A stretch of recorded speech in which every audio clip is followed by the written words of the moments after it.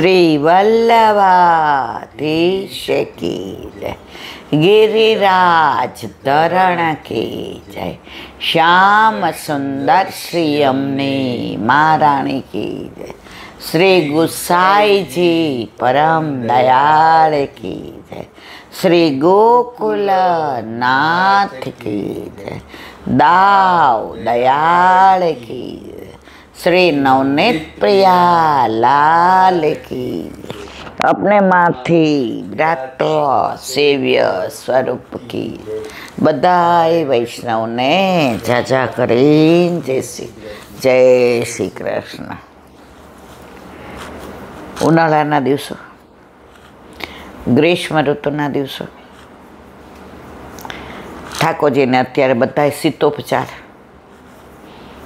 चंदननी गोळीओथी मांडीने, फुवाराथी मांडीने, पंखाथी मांडीने, खसना ओला પડદાથી માંડીને, સફેદ કુંજાથી માંડીને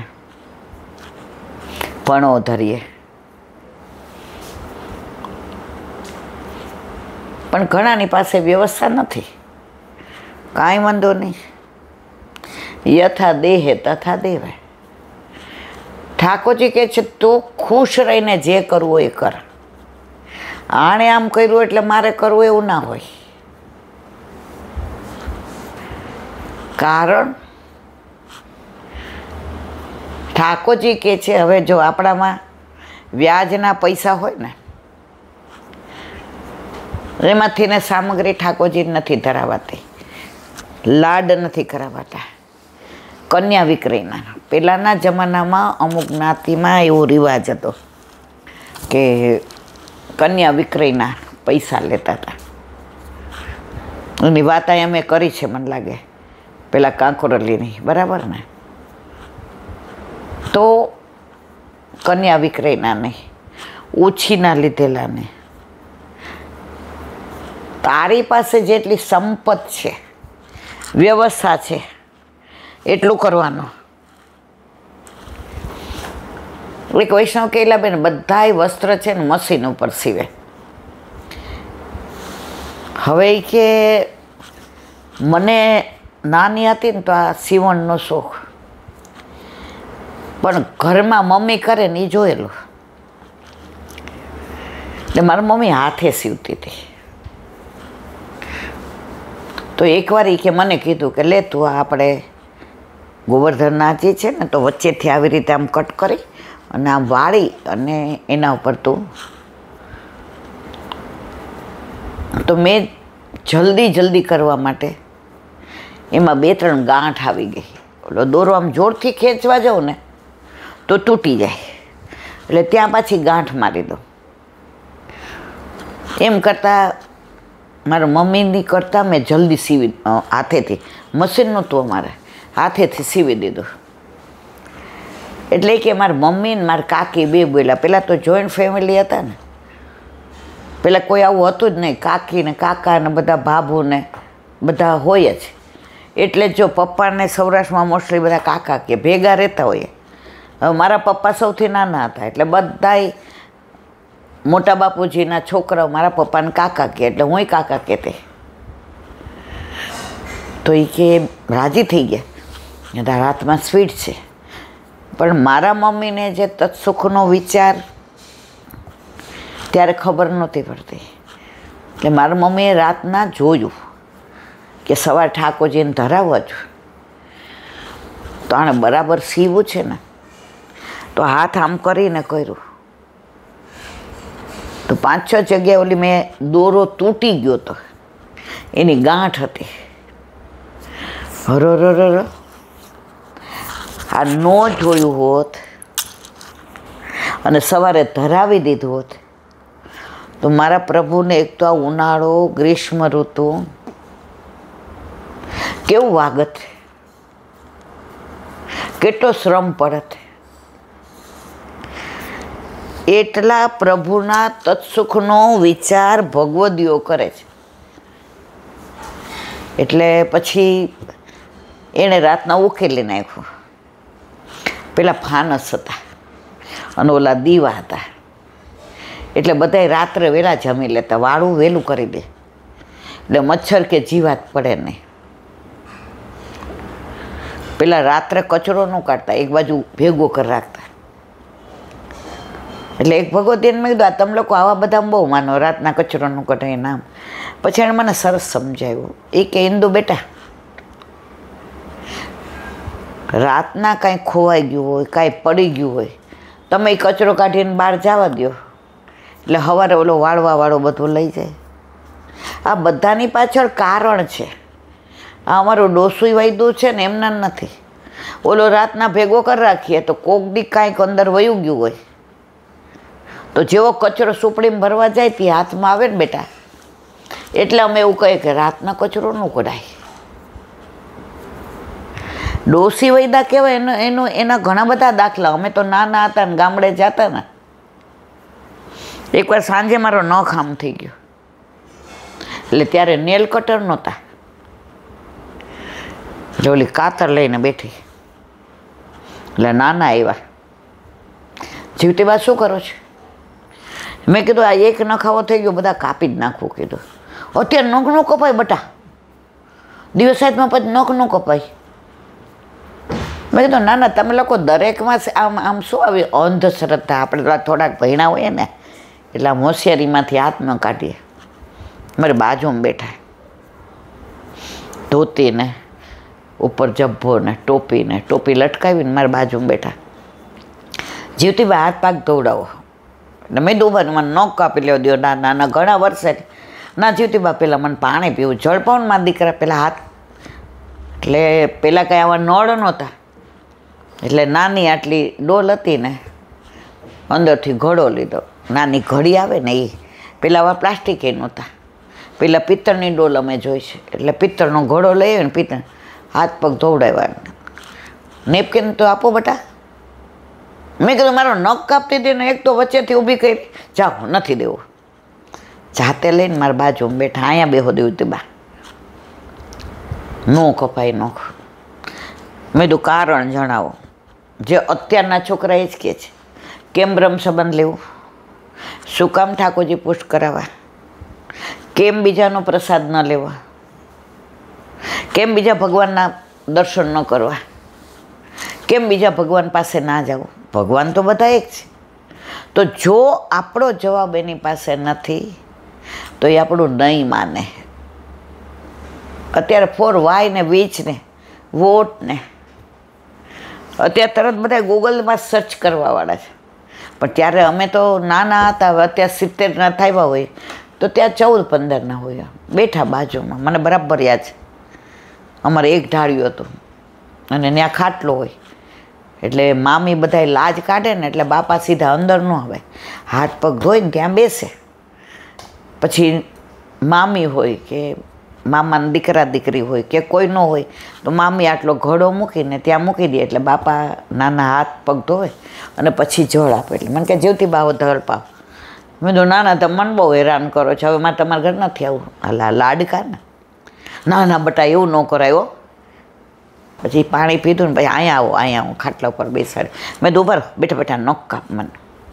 પછી એમણે જે મને સમજાવ્યું ને ત્યારે એમ થાય કે મોટાઓનું વડીલોનું માનીએ છીએ ને એ લોકો ખોટા નહીં હોતા. મેં તો કેમ નખ કપાય નહીં? એ મને કે દીકરા આ નખ છે ને એ ચોખા જેવા હોય. હવે રાતના એ તમે નાખો ને, હવે ચકી માળામાં જાતી હોય અને એની નજર એ નખ ઉપર પડે ને તો એને ચોખ્ખો દેખાય કે આ ચોખ્ખો પડ્યો છે. ચકી લાવી ચોખાનો દાણો ને ચકો લાવ્યો મગનો દાણો, એની રાંધી ખીચડી. આપણે નાના હતા ત્યારે વાર્તા કરતા હતા. મને કે યાદ છે તમને બેટા? મને કોઈ દી મારા નાના એક મામાએ, તમે મામી તો તમે જ કહે પણ મને મામા એક નાના એ કે નાનીએ કોઈ દી તું નથી કીધું. આવો જીવતી બા.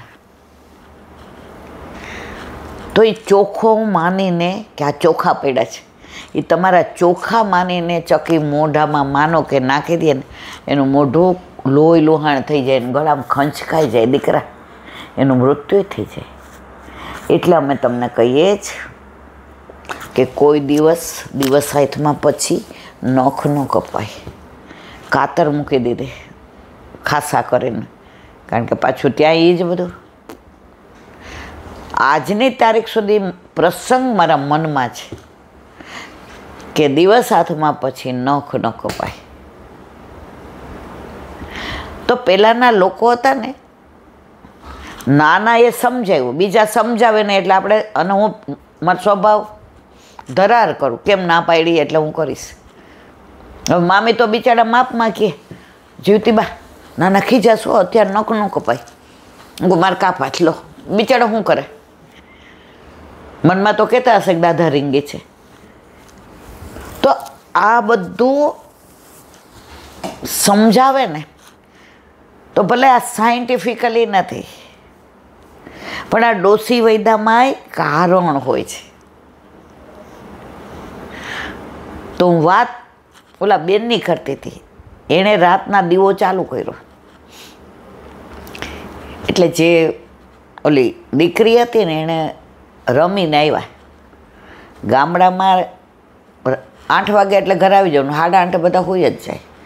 એટલે એ રાતના વાળું કરીને બધાય ન્યારે ગીતડા ગાય અને રાસ લે. પેલા રાતના આ જ હતું. એટલે આવીને એણે પૂછ્યું,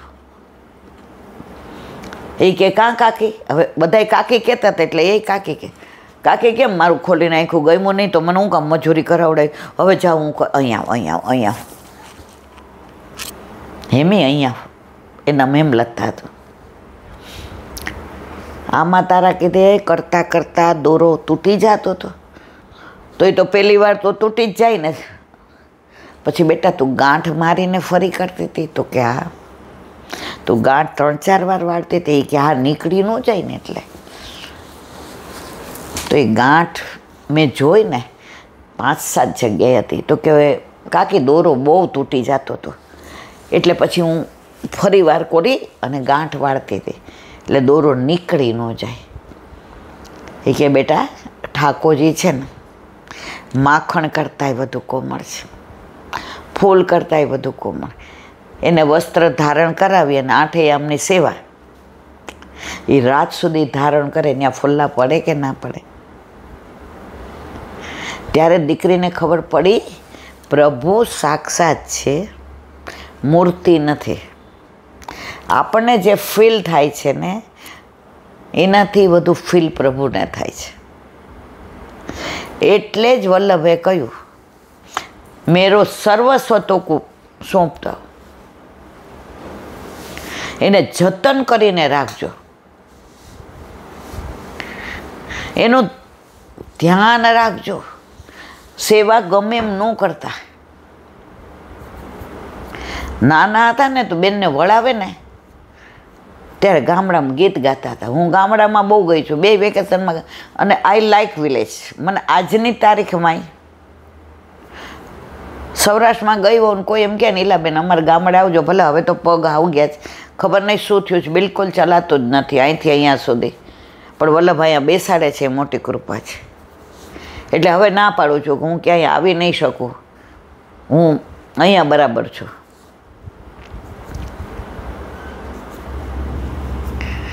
તો વાત શેની કરતા હતા? તો મેં એ ગાંઠ બધી કાઢી નાખી અને ફરી જો તો દીકરીએ પાછી દલીલ કરી. એ કે રેશમી દોરા હોય એટલે આવું થઈ જ જાય ને, ઘડી ઘડી તૂટી જાય. મમ્મી તું ઓલા દોરા દરજીવાળા વાપરતી હતો? ત્યારે એને બાએ જવાબ આપ્યો, દીકરા ઠાકોરજીને કોટનના દોરા વાગે, રેશમી હોય ને તો એને સોહાય. અને ફરી એની માએ તો પછી એ પરણીને આવી તો એના ઘરો એને પુષ્ટ કરાવ્યા. તો બધાય ઓલા તૈયાર વસ્ત્ર લઈ આવે, પછી ઘણાય પોતાના મશીન એ હાથે જ કરે. તો એને કોઈકે પૂછ્યું કેમ? તો કે મારા પ્રભુને ક્યાંય આમ ગાંઠ ન આવે, રેશમી દો, બધું હું ધ્યાન રાખું. અને જેટલી વાર વસ્ત્ર સીવું ને એટલી વાર મને મારા પ્રભુ જ દેખાય. એ સ્વરૂપ દેખાય, મુખારવિંદ દેખાય, ચરણારવિંદના દર્શન થાય. તૈયાર લઈ આવીએ ને તો પૈસામાં જ હોય. આ કેટલાનું ભાઈ? આનો ભાવ શું? હવે ભાવ ત્યાં જ કરી આવ્યા. તો આજે આવા વૈષ્ણવો બિરાજે છે, જે પોતાના હાથે વસ્ત્રો સીવે, પદક લઈ આવે, ચોકી લઈ આવે, હાથે શૃંગાર બી કરે. આપણે તો બધા એમાં આવતા જ નથી, પણ મારે કહેવાનો આશય એ છે કે વલ્લભે અને ગુસાઈજી અને આજની તારીખ સુધી બધા બાળકોએ પ્રભુના તત્સુખનો જે વિચાર કર્યો છે એ આપણે ન કરી શકીએ.